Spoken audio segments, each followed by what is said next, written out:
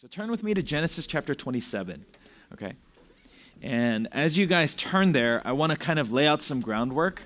I know there's some of us in this room who haven't been able to consistently come for this, and so that is going to be somewhat of a challenge, guys, I'm going to tell you. As we walk through the Bible chronologically, when you're missing bits and pieces of the story, it does make it a little difficult to catch kind of the context for where we're heading. So we are going to try to kind of recap this every once in a while, but I do want to remind you guys that we are putting the messages up on YouTube, and you can watch them so that you can get caught up with sort of where we are. And I guess our goal is not really to do that so much as it is to convince you that that's worth your time. But as we turn to Genesis 27, I kind of want to remind you guys of the family tree that we've been studying so far. Okay, so Genesis 12 introduces us to a man named Abram, who later on becomes Abraham. He has a wife named Sarai, who later on becomes Sarah, okay? And the idea is that this couple is promised by God that he's going to bless them, and from their family, all the nations of the world, of the universe, of the earth are going to be blessed, okay? And for a long time, after God promises this to them, they have no children. And so they decide to take matters into their own hands, right? And Sarah gives one of her servants to Abram and says, you know what, why don't you sleep with my servant, get her pregnant, and then we can adopt that child as our own. Like, that's kind of that plan and the idea. And of course, God steps in after that happens and says, like, that's not the plan. I promised you that you would be the father of many nations, that your family would be a blessing to all the families of the nations, and that's going to happen. Just stop trying to do it your way, right? Like, trust me and believe in me. And then eventually, in their old age, they have a son named Isaac, okay? And eventually, Isaac grows up. He himself gets married to a woman named Rebekah, okay? And Isaac and Rebekah, again, it takes them a while for them to have kids, but eventually they have children. They have twins, right? So as Rebekah, and we talked about this last week, so as Rebekah is praying for children, she's given twins, and the twins inside of her womb are like fighting each other. This is not like normal kicking and punching, right? This is like MMA inside of her womb, right? And she's like, God, what's going on? And God gives her this prophecy, right? And essentially says, there are two nations warring inside your womb, and the younger, okay, will be served by the older, or the older is eventually going to serve the younger, okay? And then Jacob and Esau are born, okay? Esau comes out first, so he's technically the older of the twins, even though they're the same age. Esau comes out first, and in an interesting detail of their birth, when Jacob comes out, the second one, he's actually holding Esau's heel, okay? So it goes to show you what went down inside the womb even. They fought to who was born first, okay? Esau sneaks the victory, but Jacob is right on his heel. He's grasping at his heel, right? And it turns out that as those sons are growing up, right, Isaac favors Esau and Rebekah favors Jacob. Okay, so we're going to be kind of jumping into their story in chapter 27. Okay, so Genesis 27. When Isaac, Esau and Jacob, twins. Okay, all right, who cares? Genesis 27. When Isaac was old and his eyes were dim so that he could not see, he called Esau his older son and said to him, my son, and he answered, here I am. He said, behold, I am old, I do not know the day of my death. Now then, take your weapons, your quiver, and your bow. Go out to the field and hunt game for me, and prepare for me delicious food such as I love, and bring it to me so that I may eat, that my soul may bless you before I die. And so Isaac, at this point in chapter 27, is very, very old, okay? And he thinks he's going to die soon. But before he dies, he wants to make sure that his favored son, Esau, receives the blessing, the patriarchal blessing that comes from father to firstborn son. And he wants to make sure Esau gets that. And so even though his eyes are dim and he can't see, right? So he's going blind, essentially. He calls his son over and says, go and hunt game for me. Like, do that thing that I love so much, right? Do the thing that makes you my favorite child. Go out there, perform for me, right? Get me that wild game, and then bring that so that when I eat it, I can bless you before I die. Now, something interesting about this, okay? Because one of the things that I want you guys to see from this whole story is that this family is incredibly broken, okay? And I want you guys to start identifying with stuff that's here, because it's helpful for us, right? Because every single family in this room, every family, every person in this room comes from a broken family. And what I mean by broken family is the sense that everyone in your family is a sinner. Everyone in your family has sinned against you, and you have sinned against everyone in your family. So in that sense, all our families are broken. So the closer we can get to identifying with what's in Genesis chapter 27 and 28, the closer we can be to receiving God's grace through this particular family and this particular story and this particular passage, right? So how many of us are like Esau, where our relationship with our parents is dependent on our ability to kind of perform for them? How many of us feel like the only way I can get my mom and dad to pay attention to me is if I do awesome things at school, if I get the A's, if I do good in sports? How many of us feel like the way that I'm treated as a true son and as a true daughter is when I do things for my parents, that's when they're happy with me? That's Isaac's relationship with Esau. But Esau loves it because every time Esau performs, his dad celebrates, and that's what he lives for. And so Isaac is sending out his son to do that thing that you do that I love so much. And then if you do that, then I will bless you. And again, this is pretty typical of this kind of ancient Near East family. But at the same time, ask yourself this question. Why can't Isaac just bless Esau right here, right now? Why does Esau need to go through all of this stuff? And again, the idea is there's this particular family dynamic in play that I think a lot of us in this room, we feel that too. Why can't my parents just be happy with who I am? Why is it that I have to be like this other person? I remember when I was growing up, man, the Korean newspaper, I hated that thing. Why? Because there was a section of the Korean newspaper that would print out everyone's SAT scores. Like, what? Like, it's so dumb. Can you not do that, Korean newspaper, please? So in a way, I'm glad that like print newspaper's dead and no one pays attention to that stuff. But they used to do that, right? They would print out like all the names and all the high schools of the people who got like 1600s on the SATs. And so that section would be something parents use to beat over the heads of other kids. Why can't you be like Helen Kim, who went to Van Nuys High School and got 1600? It's like, I know her. She sucks. I don't want to be like her. Right? It's like, why can't you be that way? And so we have questions. And so I want you to enter into this. And then I want you to feel that like, wait, my family is kind of like this. This family's broken. My family's broken. Verse 5, now Rebekah was listening when Isaac spoke to his son Esau. So when Esau went to the field to hunt for game and bring it, Rebekah said to her son Jacob, I heard your father speak to your brother Esau. Bring me game and prepare for me delicious food that I may eat it and bless you before the Lord before I die. Now, again, a couple of interesting things here, okay? So Rebekah was listening in the tent, because they didn't have walls back then, they had tents, okay? And she hears that Isaac is planned on giving Esau the fatherly blessing. And so she's like, I ain't going to have none of that, right? And the reason for that is because she favors Jacob. She prefers Jacob, the younger one. She doesn't like the hairy, big, gruff Esau. She prefers the smooth Jacob, okay? Think of like a really hairy guy with a beard, really big, really tough, really tall, like 7 feet tall, like that's the Esau. And then think of Jacob as like a K-pop star, like super smooth, white, pasty face. Looks like a girl, but not really, you can't tell, right? That's right. Just think of, okay? All right, so she's like, I like that. Like, that's my favorite son. And what's really interesting is the way that she repeats what Isaac says to Esau, right? Look at verse 7. I heard your father speak this way. Bring me game, prepare for me delicious food that I may eat it, and bless you before the Lord before I die. So she puts in this phrase, before the Lord. Like she inserts God into this, when actually in verse 4, there is no God. Verse 4 says, and prepare for me delicious food such as love, and bring it to me so that I may eat, that my soul will bless you before I die. There's no mention of God.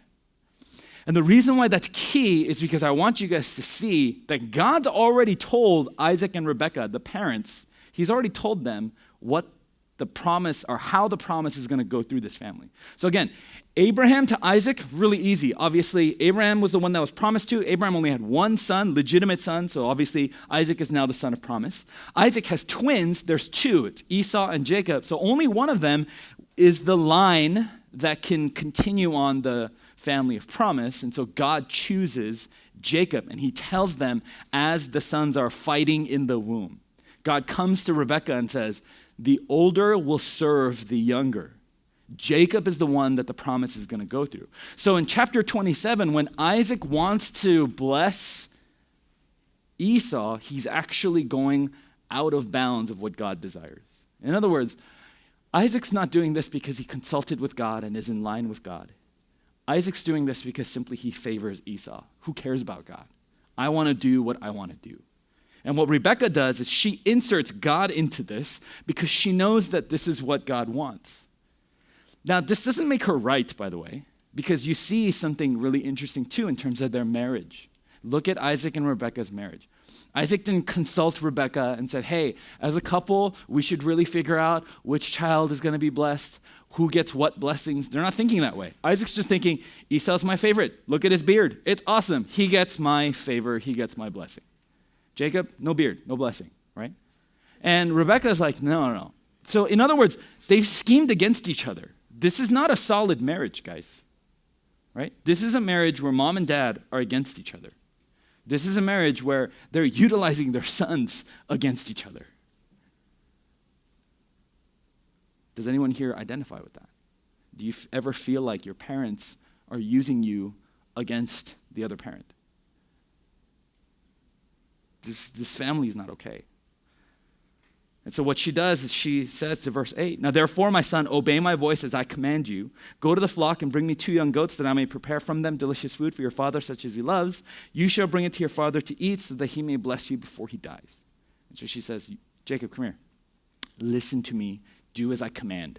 You can figure out why Jacob is the favorite, right? Every time Rebekah says something to Esau, Esau just goes, ugh, right?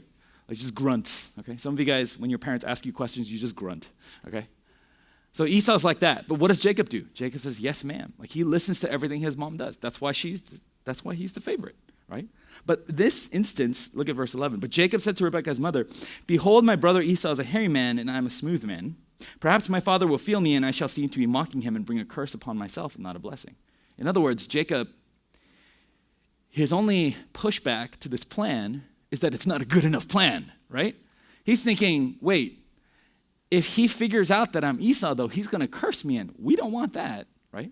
And so what does she say in verse 13? His mother said to him, let your curse be on me, my son, only obey my voice and go bring them to me, right? So she gives him the tiger mom speech of Yaima, right? Just go and listen to what I have to say. Verse 14, so he went and took them and brought them to his mother. His mother prepared delicious food, such as his father loved. Then Rebekah took the best garments of Esau, her older son, which were with her in the house, and put them on Jacob, her younger son. And the skins of the young goats she put on the hands and the smooth part of his neck. Then she put the delicious food and the bread, which she had prepared, into the hand of her son Jacob. So she's a smart lady. She figured out, let's put the clothing of Esau on Jacob.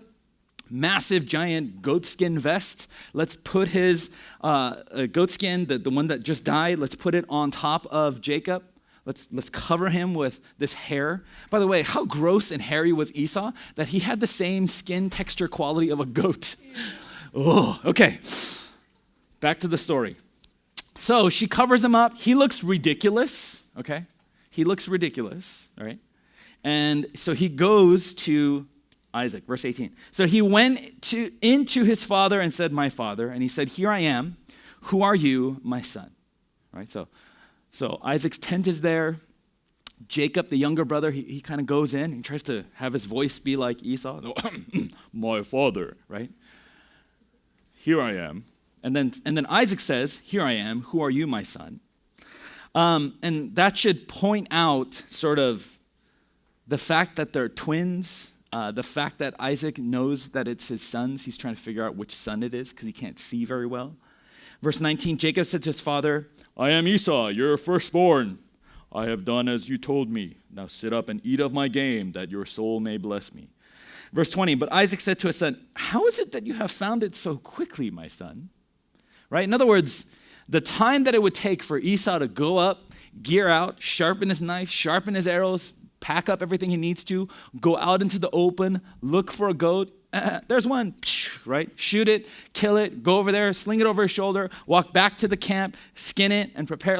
That takes time, right? This is not like a McDonald's run, right? That takes time. And so Isaac's patiently waiting because he's like, this may be the last really awesome meal that I enjoy with my son before I bless him. And then who knows, maybe God's going to take me out, I'm going to die.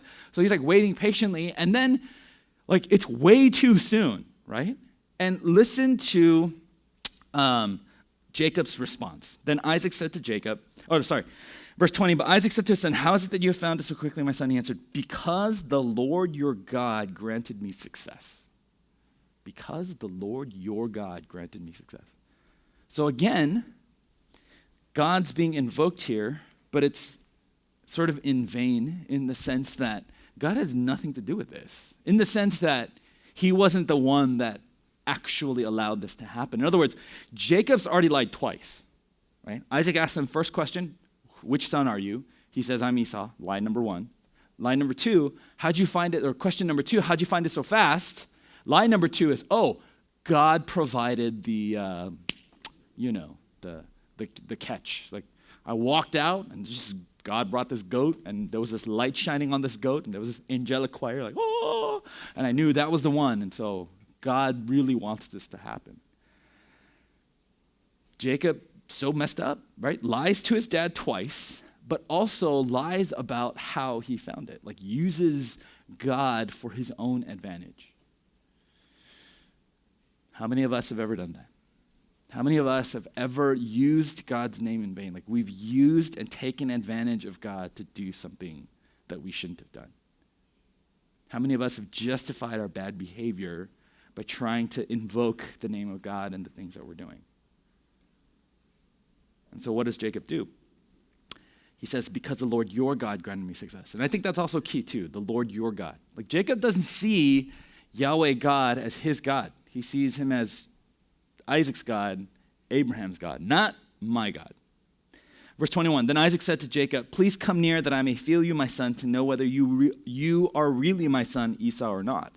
So Isaac's still not buying it. He thinks it's weird. Verse 22, so Jacob went near to Isaac, his father, who felt him and said, the voice is Jacob's voice, but the hands are the hands of Esau. And he did not recognize him because his hands were hairy like his brother's Esau's hands. So he blessed him. He said, are you really my son Esau? And again, Isaac wants to verify a third time. He's giving Jacob another opportunity to tell the truth. And what does Jacob do? He says, I am. Right? So he lies 3 times. Verse 24, he said, verse 25, then he said, bring it near to me that I may eat of my son's game and bless you. So he brought it near to him and he ate, and he brought him wine and he drank. Right? So now that I verify that you really are my favorite son, Esau, bring the food that you prepare for me all the time. I love this stuff, right? I'm so proud of you. I'm so happy with you. And just think about how Jacob must have been in that room, just having this conversation, recognizing that Esau and Isaac have these kinds of meals together, most likely that Jacob was never a part of. And so he's just sitting there, pretending to be the older brother. And I'm sure in that moment, he got more and more jealous for what his brother was about to have. Verse 26, then his father Isaac said to him, come near and kiss me, my son. So he came near and kissed him, and Isaac smelled the smell of his garments and blessed him. Now, this is kind of crazy, but the idea is Isaac is so in love with Esau, his older son, that just the smell of Esau makes Isaac like, woohoo, I love this guy. Right? Because his blessing actually talks about the smell of Esau. Look, verse 27. See, the smell of my son is as the smell of a field that the Lord has blessed. In other words, man, I'm so happy for this moment. Because even though God had told us that Jacob was going to receive the blessing, nope. I smell Esau and I know this is the right one. Because he smells like the fields that the Lord has blessed. In other words, God's wrong.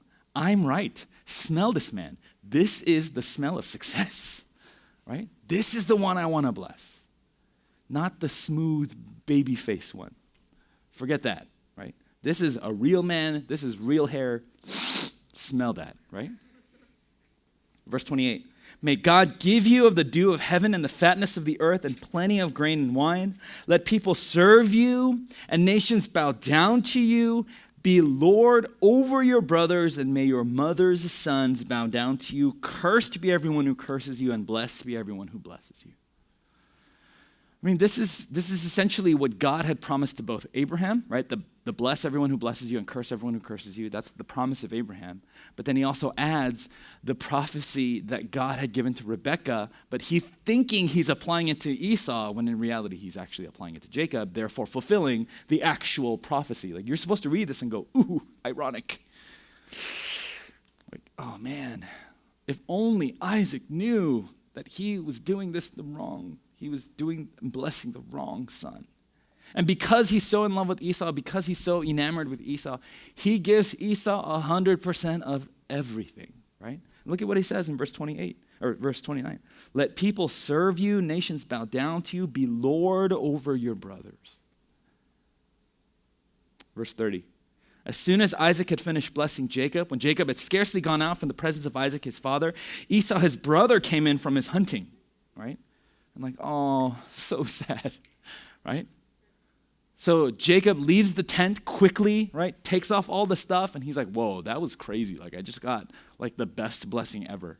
And then Esau's coming in, like, what's up, bro? Look at this goat I caught. Lands on the table, skins it, like cooks it. He's all happy, he's whistling. He's thinking, this is the day has finally come. My father is going to bless me with all the blessings. Verse 31. He also prepared delicious food and brought it to his father, and he said to his father, right? So imagine Esau now walking into his dad's tent carrying a tray of food. Let my father arise and eat of his son's game that you may bless me. Verse 32. His father Isaac said to him, who are you? Right? I know this feeling. This is what happens when I text you guys, hey, you should come out to this. And I see the 3 dots, and then the text comes up, who are you? Right? So Esau's like, what do you mean, who am I?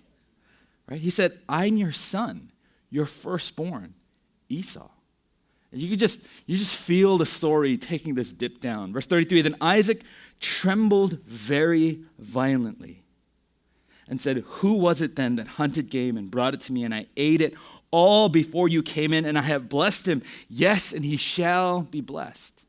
Now, what Isaac is saying is like just the shock of realizing that he gave all of his blessings to the wrong person. But I also think that he's trembling very violently because he realizes and recognizes that he sinned against God, right? The word tremble is used, the same word here is used to describe the prophets when they come before God. When God presents himself, they tremble and they fall down as though dead. Like, that's the same language. And so you're supposed to understand that Isaac here is like, oh shoot, like I tried to go around God, and God has proven to me that I was wrong, that I've sinned. And so Isaac is broken and shattered in 2 major places. He sinned against God, and he wasn't able to bless his favorite son.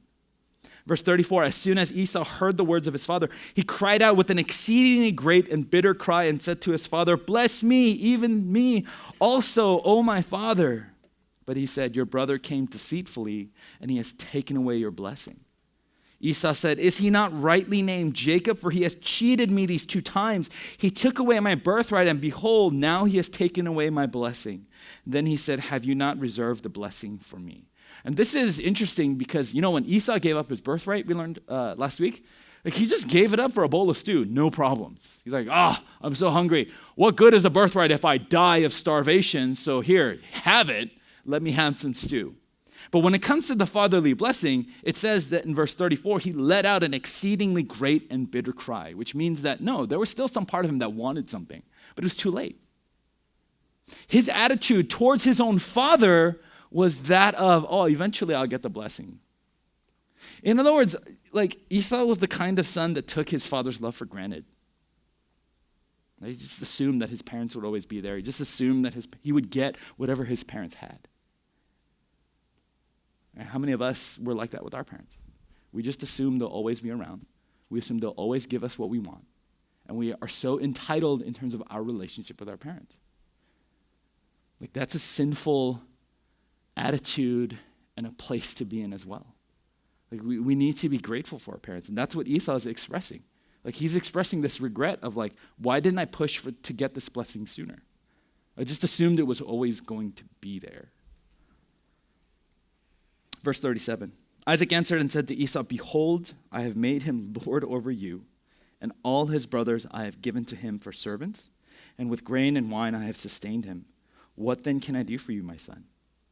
Isaac recognizes, I'm bankrupt.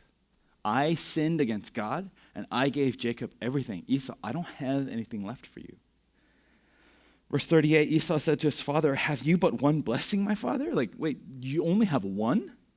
Bless me, even also, O my father. And Esau lifted up his voice and wept. And I can only imagine that totally broke and shattered Isaac's heart. And so what does he do? He gives what he can, and it's the most pathetic blessing ever. Verse 39, then Isaac his father answered him and said to him, behold, away from the fatness of the earth shall your dwelling be, and away from the dew of heaven on high. It's the exact opposite, right? Nothing you will get. Jacob gets everything. Verse 40, by your sword you shall live, and you shall serve your brother, and when you grow restless, you shall break his yoke from your neck. It's like he gets nothing. He gets zero. Verse 41, now Esau hated Jacob because of the blessing with which his father had blessed him. And Esau said to himself, the day of mourning for my father are approaching, then I will kill my brother Jacob. But the words of Esau, her older son, were told to Rebekah. So she sent and called Jacob, her younger son, and said to him, behold, your brother Esau comforts himself about you by planning to kill you. Now therefore, my son, obey my voice. Arise, flee to Laban, my brother in Haran, and stay with him a while until your brother's fury turns away, until your brother's anger turns away from you and he forgets what you've done to him. Then I will send and bring you from there. Why should I be bereft of you both in one day? Then Rebekah said to Isaac, I loathe my life because of the Hittite women. If Jacob marries one of the Hittite women like these, one of the women of the land, what good will my life be to me? And so what happens here at the end is, at the end of chapter 27 is Esau threatens to kill Jacob. As soon as my father dies, as soon as Isaac's out of the picture, Jacob, I'm coming after you, I'm killing you. Rebekah hears about this and basically tells Jacob, like, you got to go. I want you to go to my cousin's house and you just stay there until Esau forgets about this whole thing. And then you can come back. And so she schemes again in verse 46. So she tells Isaac, right, I loathe my life because of the Hittite women. Who are the Hittite women? Those are actually Esau's wives. So Esau married 2 Hittite women, and they apparently were the worst, right? They were the worst daughters-in-law ever. Both Isaac and Rebekah hated them. It actually tells you at the end of chapter 26, like, their lives were miserable because of these women.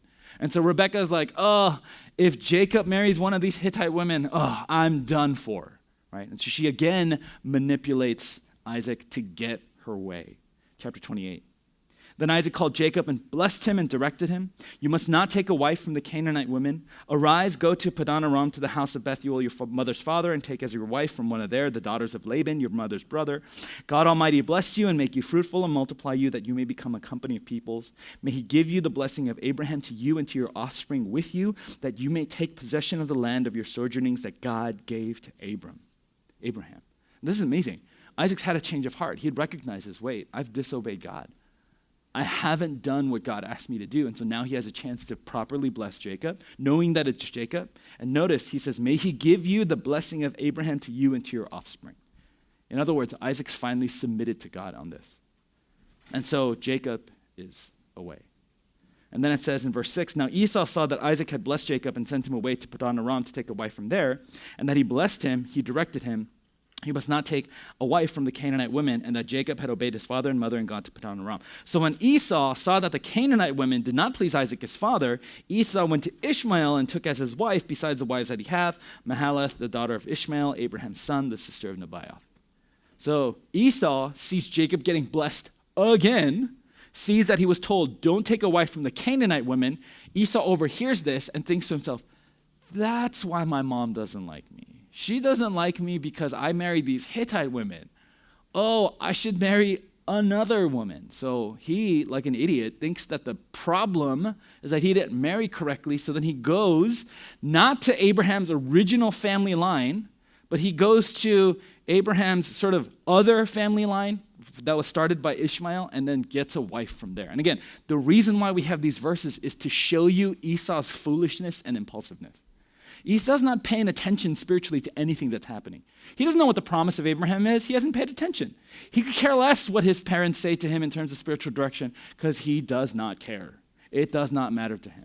But that's why he keeps screwing up over and over and over again, right? And so again, How many of us are refusing to listen to our parents and the spiritual direction that they have for us? And so we keep continuing to make a mess of our lives, right? Like, this is so like us right now. But I want you to see at the end of verse 9, nothing in this family has gone right, right? Isaac and Rebekah, their marriage is still weird, right? Rebekah's still scheming against Isaac. Jacob is being sent off to live somewhere else because Esau, the older brother, wants to kill him. And so this is what happens when you try to take all of your life into your own hands and live apart from God. The only time God's mentioned in chapter 27 is when his name is used in vain. These people are not paying attention at all to what God is doing. There's a moment of clarity when Isaac blesses Jacob, but aside from that, this family has not invited God in whatsoever. Here's my question to you guys. What is your family doing to invite God into the center of your family? What is it that you guys do as a family that communicates to God, be a part of us, help us, deepen our relationship with each other, deepen our relationship with you? Is there anything? This is what breaks my heart about our church. Is what happens on Sunday is so good, but what happens Monday through Saturday, I just am at a loss, and I'm praying for you guys. Like, we as the pastors of our church are praying for you guys. We want to see your families thrive and go. Most of your families look like this, though, because we don't invite God into anything we're doing. So here's the thing. If you know that, right, you can start to reverse that process. You know, one of the questions in our Bible study today was, how does God's grace, right? I'm going to read it specifically. How does God's grace, through the gospel, overcome these family dysfunctions? And the first thing that you guys need to realize you have access to is you have access to the ear and the heart of God. You can't transform yourself, nor your parents, nor your brothers or sisters, but God can. And that means somebody in the family needs to be praying. Somebody in the family needs to be inviting God into the family. And if your parents won't do it, I'm encouraging you to do it. And if your parents are doing it and you're not doing it, then I'm encouraging you to repent and start getting with the program with your parents. If your parents are doing this, man, you are so blessed. You have no idea. So at the end of this story, at the end of where we're sitting, there is nothing good happening. In fact, this ending is so tragic for Rebekah and Jacob particularly, because Rebekah was the master manipulator, and she thought she was sending Jacob away to live safely and all that stuff. For the next 26 years, she will never see her son again. In fact, she will die in 26 years, and she will never see Jacob again. That's the ending of the Rebekah and Jacob relationship. It's done. It ends right here. She never gets to see him married. She never gets to see him have kids. It's over. Like, family dysfunction, when left on its own, it affects us in ways we can't even see in terms of the future. So it's important that we figure out how this next part is mind-bogglingly amazing, okay? We're going to read this and we're going to close with this. Look at verse 10. Jacob left Beersheba and went toward Haran, and he came to a certain place and stayed there that night because the sun had set. Taking one of the stones of the place, he put it under his head and lay down in that place to sleep. In other words, Jacob lied, cheated, and stolen his way to get the blessings. He received no punishment for it. He got off scot-free. He thinks he's fine. He lays down on a rock to go to bed. And God's going to come to him. Verse 12, and he dreamed, and behold, there was a ladder set up on the earth, and on top of it reached to heaven, and behold, the angels of God were ascending and descending on it. This is a picture of where heaven meets earth. Verse 13, and behold, the Lord stood above it and said, Jacob, you suck. I'm going to kill you now. That's not what he says. This is so mind-boggling, guys. Like, really, this is.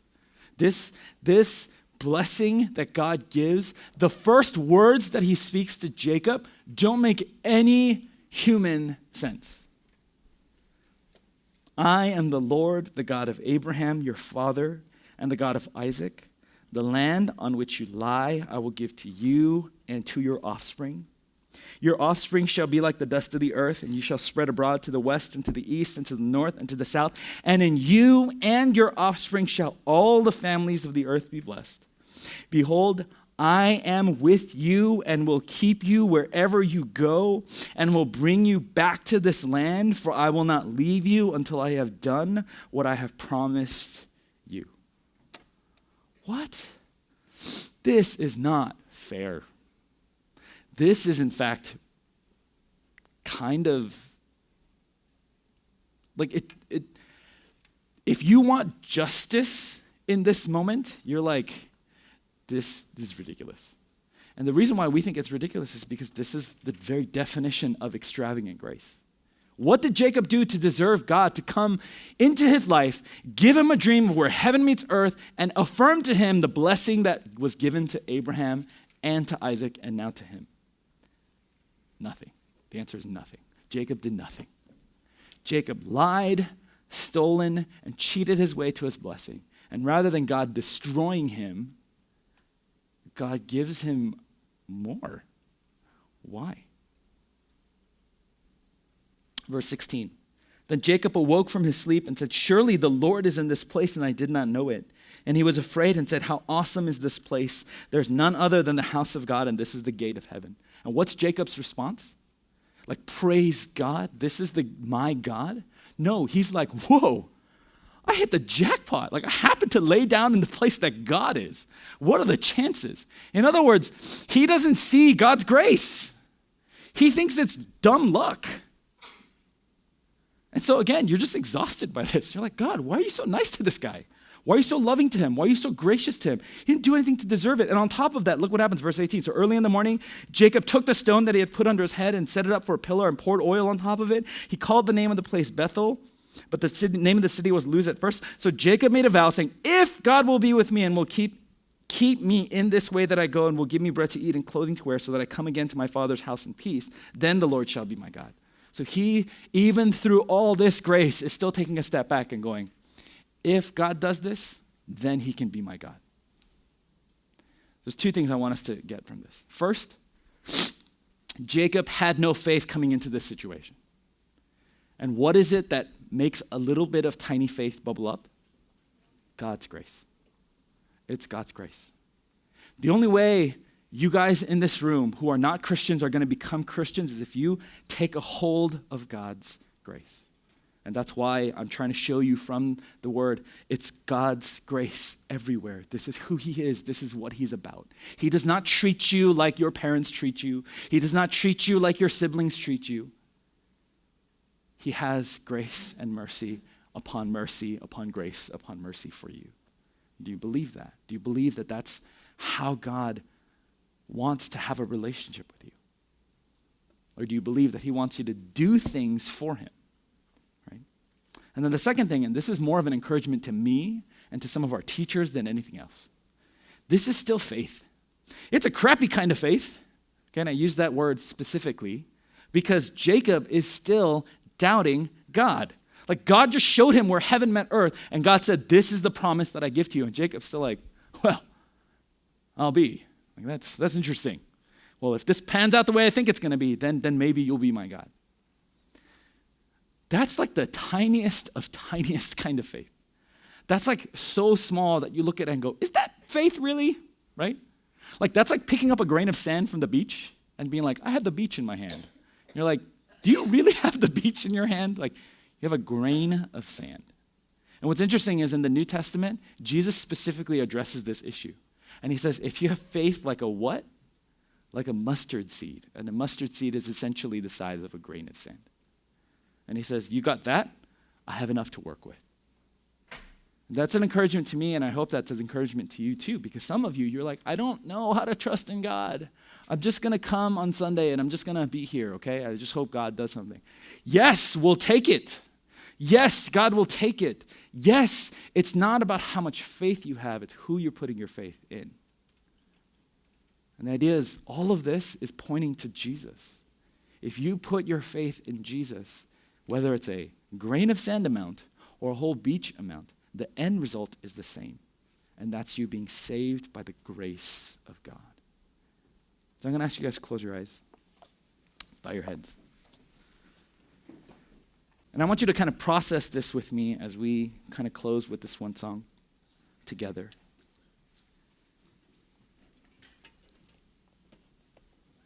Do you believe that Jesus has the best for you? Do you trust and believe that God's promises are for you? Do you trust and believe that what he has for you is blessing upon blessing, is grace and mercy unending? Because I want to end with this. Okay, this story is it's about Jacob and Isaac and all of them, but it's really pointing forward to Jesus himself. Because you see, where Jacob cheated, stole, and lied to grasp at a blessing from his father, Jesus was beaten, tortured, and hung on a cross. So that rather than grasping a blessing from God, he could actually give us a blessing from God. And that's what Christ offers. And so will we take this moment to just process that and begin to put our trust in him? Will you repent of your unbelief? Will you be willing to follow Jesus where he tells you to go? Would you be willing to accept and recognize that even your tiny grain of sand amount of faith is a gift from Christ and is your way in?